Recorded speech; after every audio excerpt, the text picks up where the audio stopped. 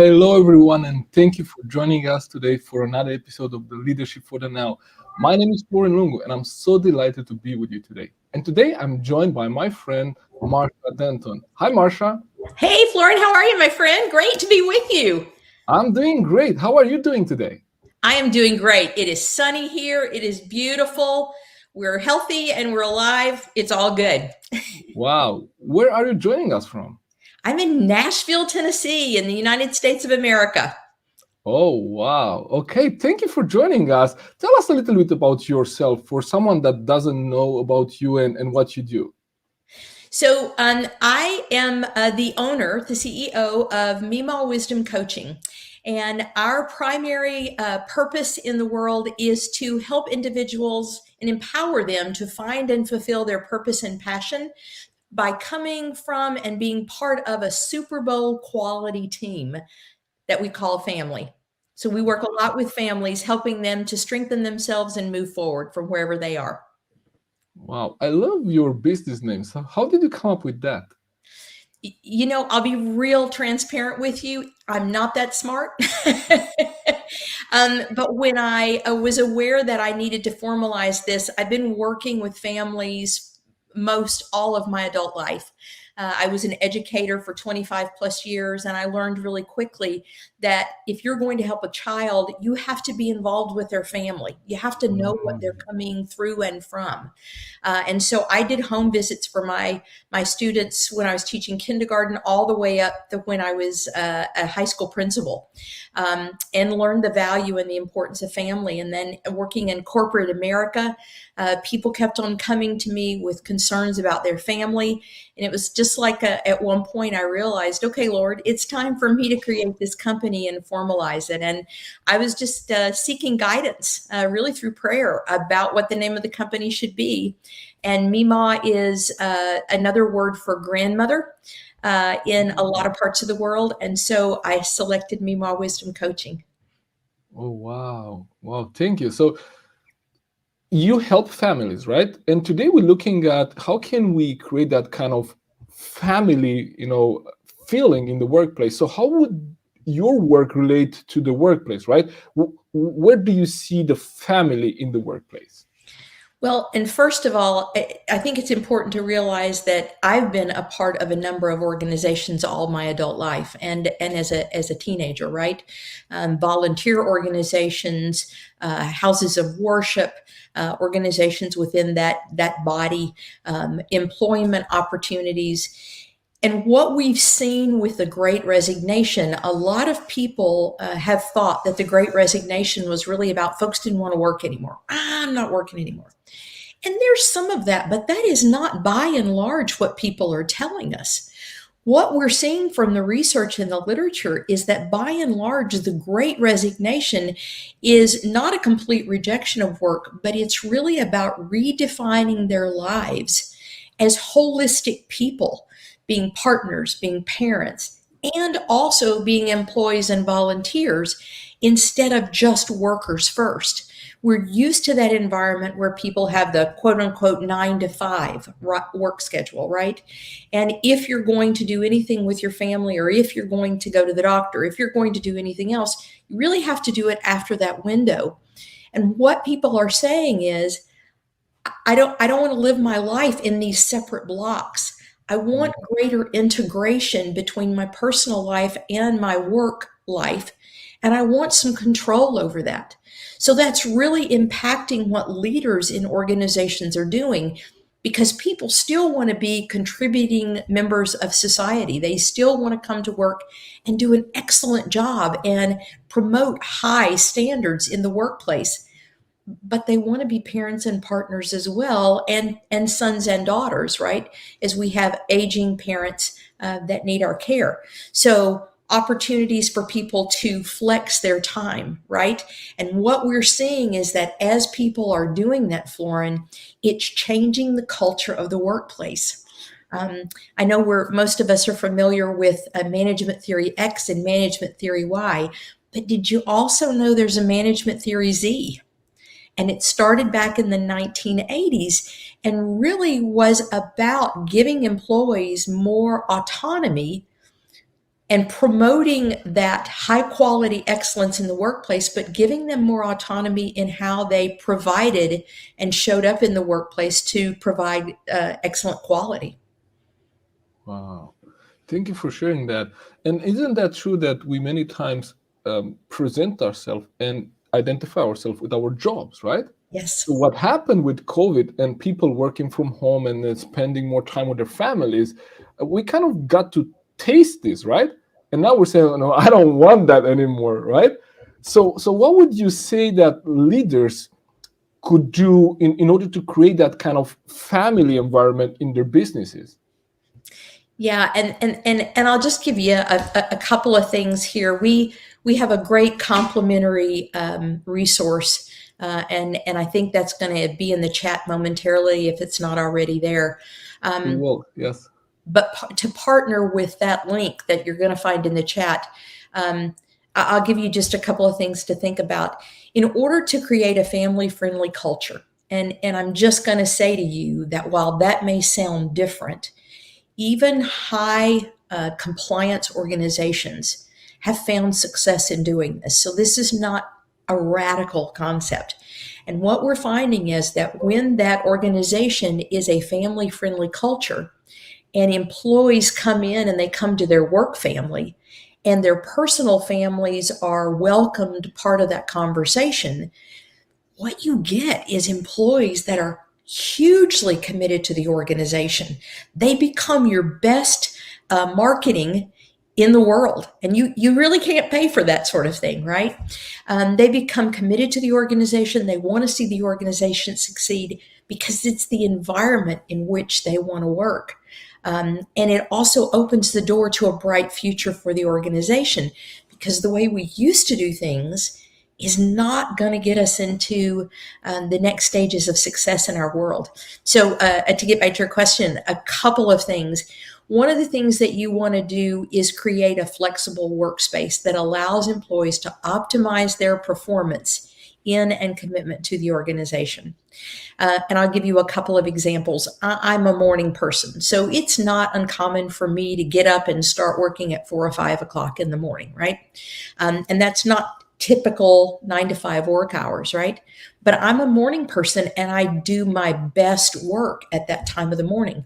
And by 2 o'clock in the afternoon, my body rhythm and my body schedule, I need to get out and go for a walk and take a little bit of break. But in the traditional work schedule, I don't get that for another 3 hours, which means you're really paying me and people like me to be on the clock just because it's a focused time, but we're not able at that point to give you our best work.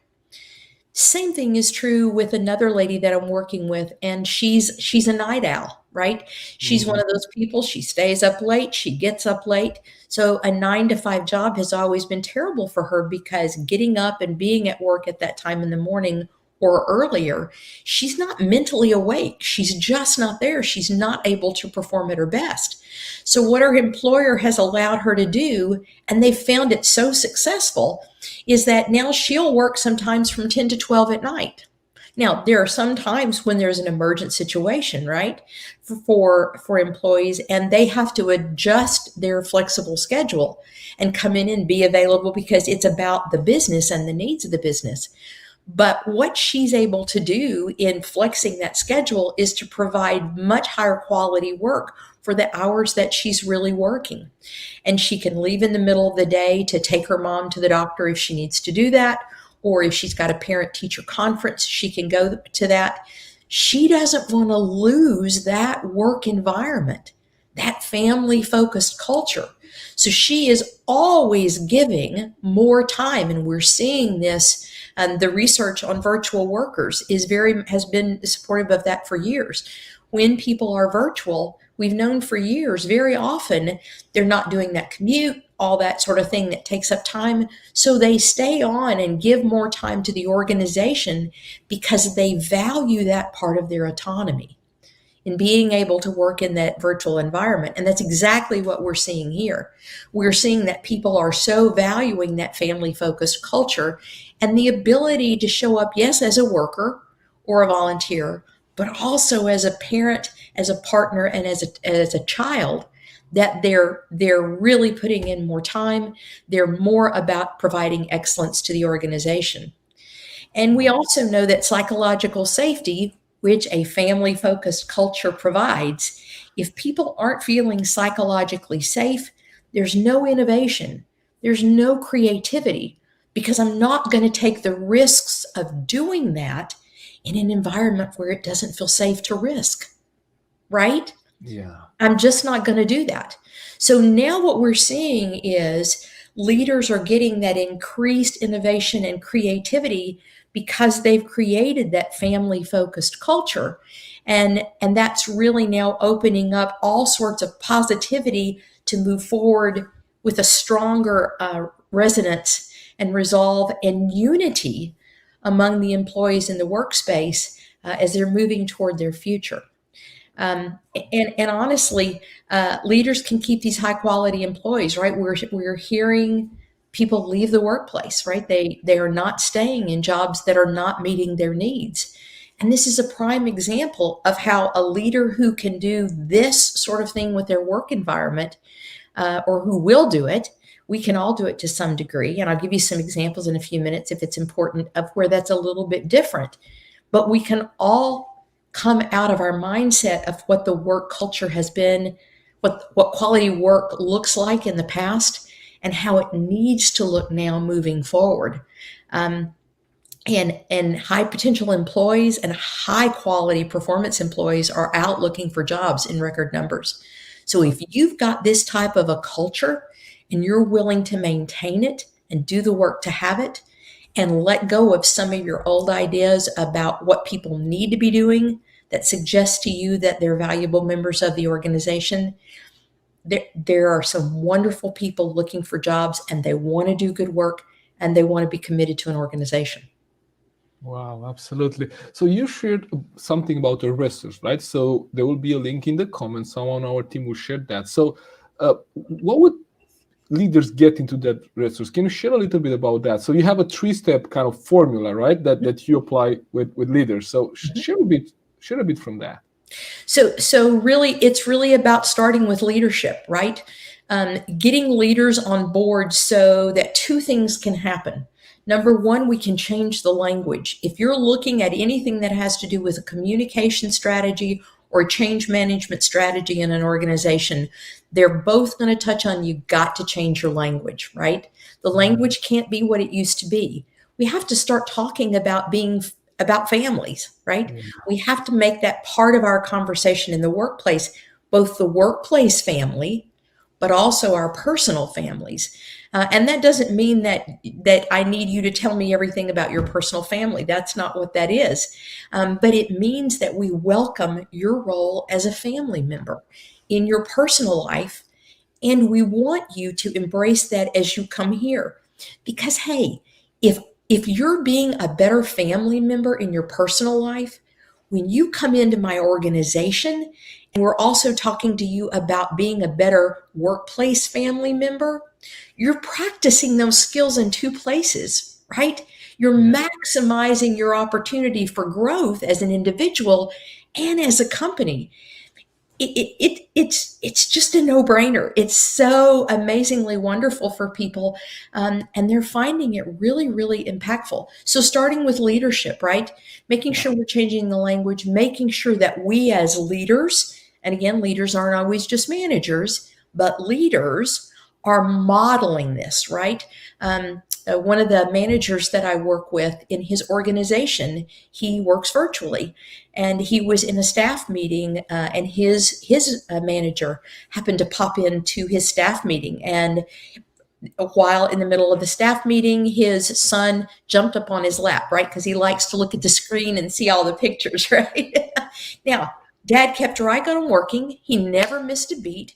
He was fully present in that meeting, but he had a kid on his lap, right? Mm-hmm. That's a whole different visual. And his manager really struggled with that. You weren't fully present in the workplace. Well, yeah, I was. It's just my kid was sitting on my lap. And if I'm being a better parent, I'm going to be committed to being a better employee, and I'm going to be able to better take care of the people that I work with, whether I'm a manager or a non-manager, because we're going to develop a family culture here. Wow, that's so good. And you're absolutely right when you shared that if your employees talk about how you treat them and how you allow for family in your workplace, that becomes one of the best advertising you can ever see. And I see often, I'm very present on LinkedIn, and I see often LinkedIn endorsing this kind of post, like when someone shares, like, I went through some family tragedy, and here is what my employer did. When I needed help, they supported me. Yes. Or I went through a pregnancy, or I went through something in my life, and here is how my employer reacted and handled the situation. They checked in on me, they called me, they make sure that I have the support that I needed. And as you say, it takes very little from the employer to actually create that kind of feeling in their employees, but it takes some effort and it takes some intentionality. And that's why we're having this conversation, to create some awareness, like what can we do to create that family environment for our teams, right? And so a question that I would like to ask you, it's about what I hear when I look at recruiting and companies recruiting. They say, well, join our family, right? They usually identify themselves like a smaller companies, right, with having a family or a family culture in the workplace. Like, what's your take on that? I think it's abundantly wise if it's not just a marketing ploy, Mm. right? If it's legitimate and it's real. I worked with a group last week, and one of the things that they were asking was, some of us are looking for positions. How do we know if an organization has a family-focused culture? Because that's where we want to be. And there are a couple of things I tell them to look for. Look at the job description. When in the section when they talk about the company or the organization, or they're talking about your duties, you want to look for words about being a member of a workplace family. Mm. You want to do that, because here's what that means, right? Let's play this out to where this is more fully developed in your organization. When it's more fully developed in your organization, and Florin, you come in and you've got a team of 12 employees, and there's an emergent situation that happens Saturday morning, right? And you need 4 people with various skill sets, and Saturday's not a traditional work day, right? But Mhm. when you're in a flex situation and you're allowing people to flex their schedules, which is just one example of how you can do that. But then you're going to get, what we're seeing is people saying, no, Marcia, you go. I know you're taking care of your cousins on Saturday. I'll take Saturday's work. I'll show up because I've got other childcare, or I can take care of something else, right? And so you see employees now rallying, as you want to see in a Super Bowl quality family, right? Yeah. You see employees rallying to take care of and support each other, which absolutely supports the quality and the integrity of the organization. And so now it's not so much about the manager saying, I need you, you, and you. It's, I need 4 employees. I need them for a 4-hour piece on Saturday morning. And these are the skill sets I need. And they will figure out. What we're seeing consistently is those employees on that team will figure it out. And because you covered for me last time, I'm going to do my best to cover for you last time. Again, I don't want to lose this, right? This is a kind of work environment that's healthy for me. It's less stress. It's more about who I am as a human being and not just as a worker. So we're seeing that overwhelmingly, that the culture is changing, yes, from the leadership, and that's where we need to start with the language and the modeling.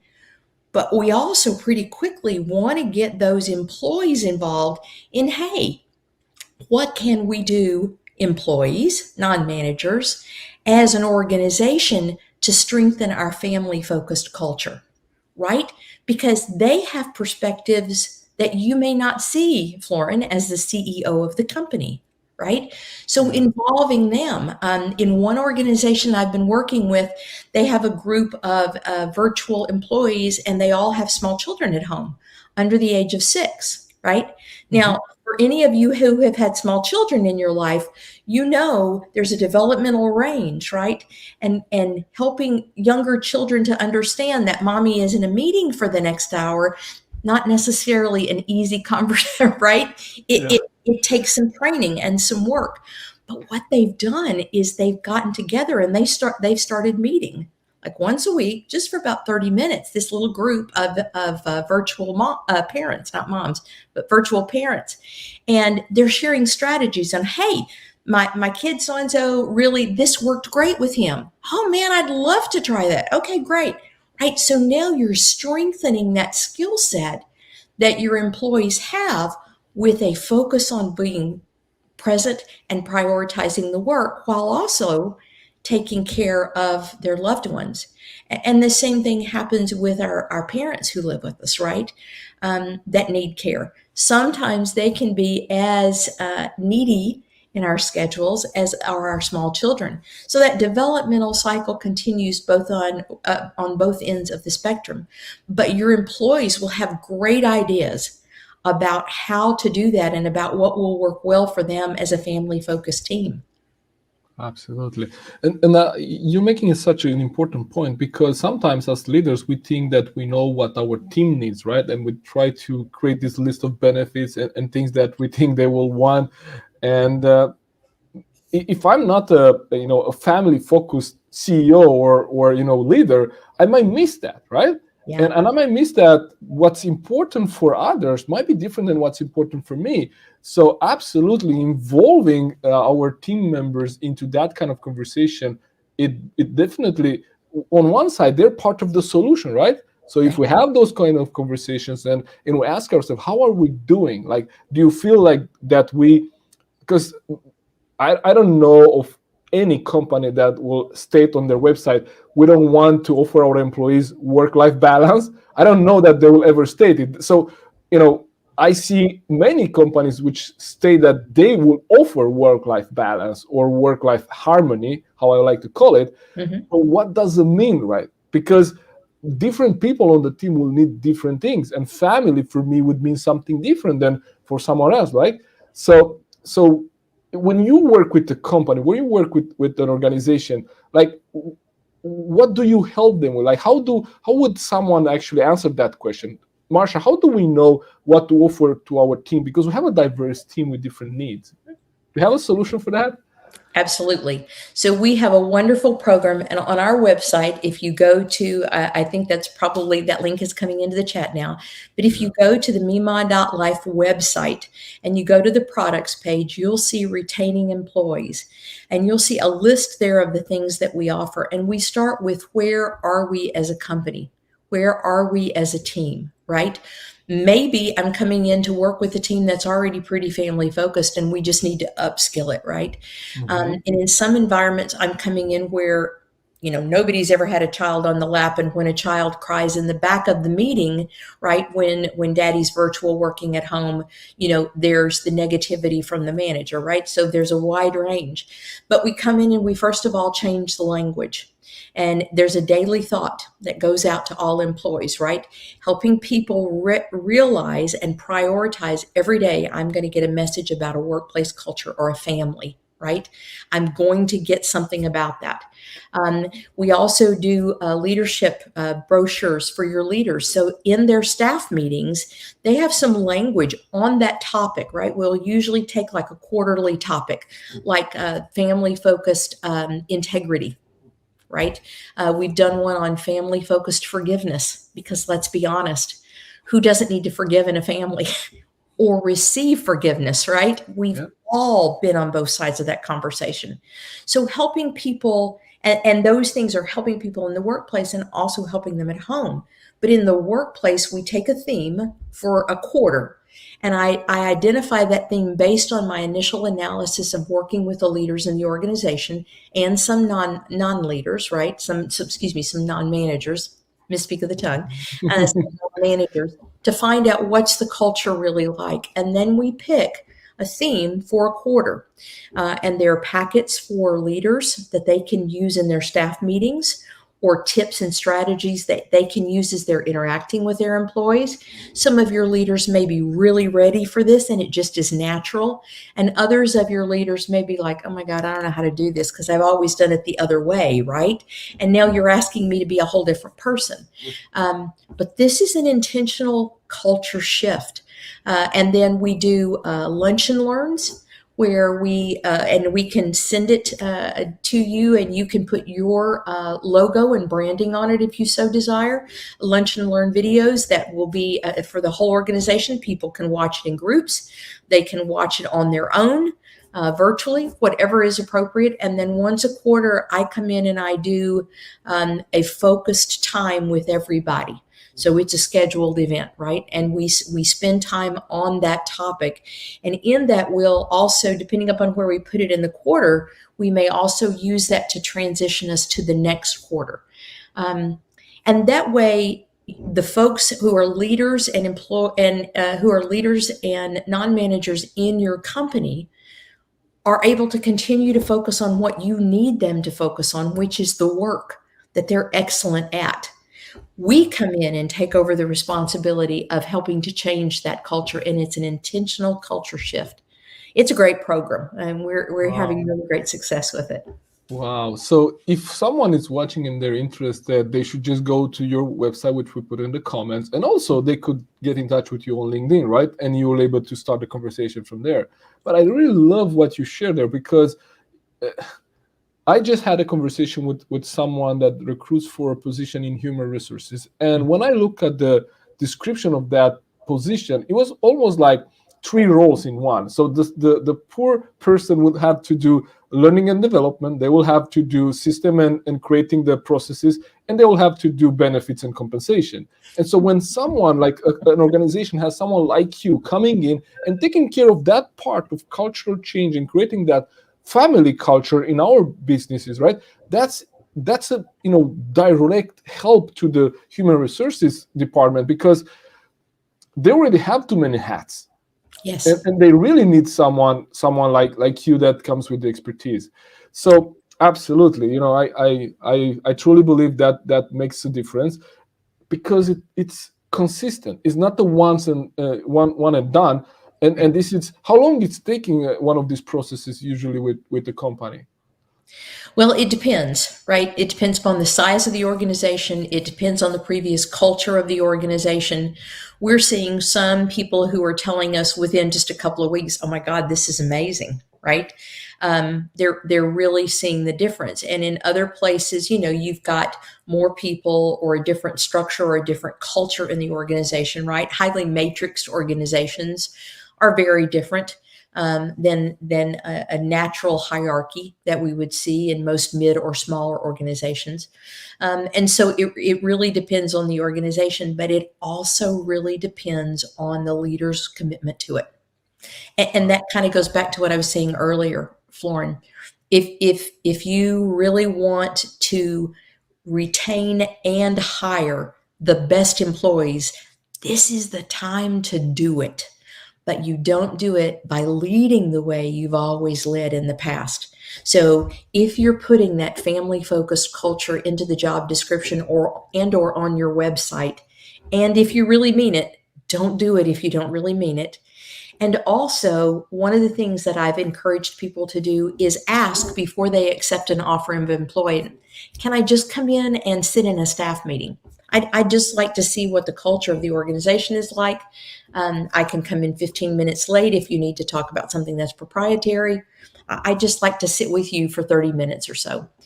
And what we're finding is that when we do that, they immediately get a real sense of how much that organization is really family focused, because you hear children or activity in the back of homes where other people are in the home, right? You hear that. And watching the reaction of the other people gives a very clear message about what's acceptable and what's not acceptable, right? And I had a lady a couple of weeks ago. She said, Marcia, I turned down a job yesterday. The money was good, but I take care of my parents, right? And I need a family-focused culture.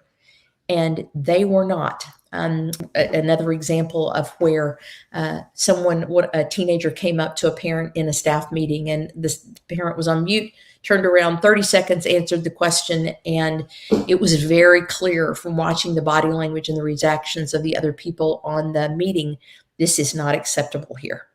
And so she turned down that job offer because she said, I don't want to do what I've done in the past. I want to be better, and I want to be in a better place where I can grow as a total person. Wow. And this is actually an opportunity, a huge opportunity for leaders getting this and actually being willing to invest in this. So it's been so great having you today, and you shared a lot of information with us, and we have your links in the chat for people that want to go and find out more, and we also shared your LinkedIn profile. So tell us, a question that we usually ask all our guests is like, what does leadership today means for you? I'm prepared for this one, Florin. I knew you were going to ask me. I truly believe, based on what I'm seeing in all of my work, leadership is stepping out of where you are and away from how you think things should work, what they should look like, and what they should sound like, and embracing a family-focused future where employees have a commitment level to you and the organization that we have not seen in the workplace in decades, if ever. This is a turning point where your leadership legacy takes a huge move upwards if you're able to step up and embrace this family-focused culture. Wow, that's so good. So this is a mindset shift, going from, building our lives around our jobs to turn this around and actually building our jobs or doing our work around our lives and families. Yep. Wow. And the organization's benefit, hands down, the organization is one of the key benefiters. Everyone will benefit. Right? Everyone will benefit. Yes. Absolutely. Yes. All right. Thank you so much for joining us, Marsha, today. It's been a pleasure having you, and you added tons of value to our viewers. And I look forward to catch up with you after this. And for our viewers, I look forward to see you next week. Thank you. Take care. Thank you. Bye-bye.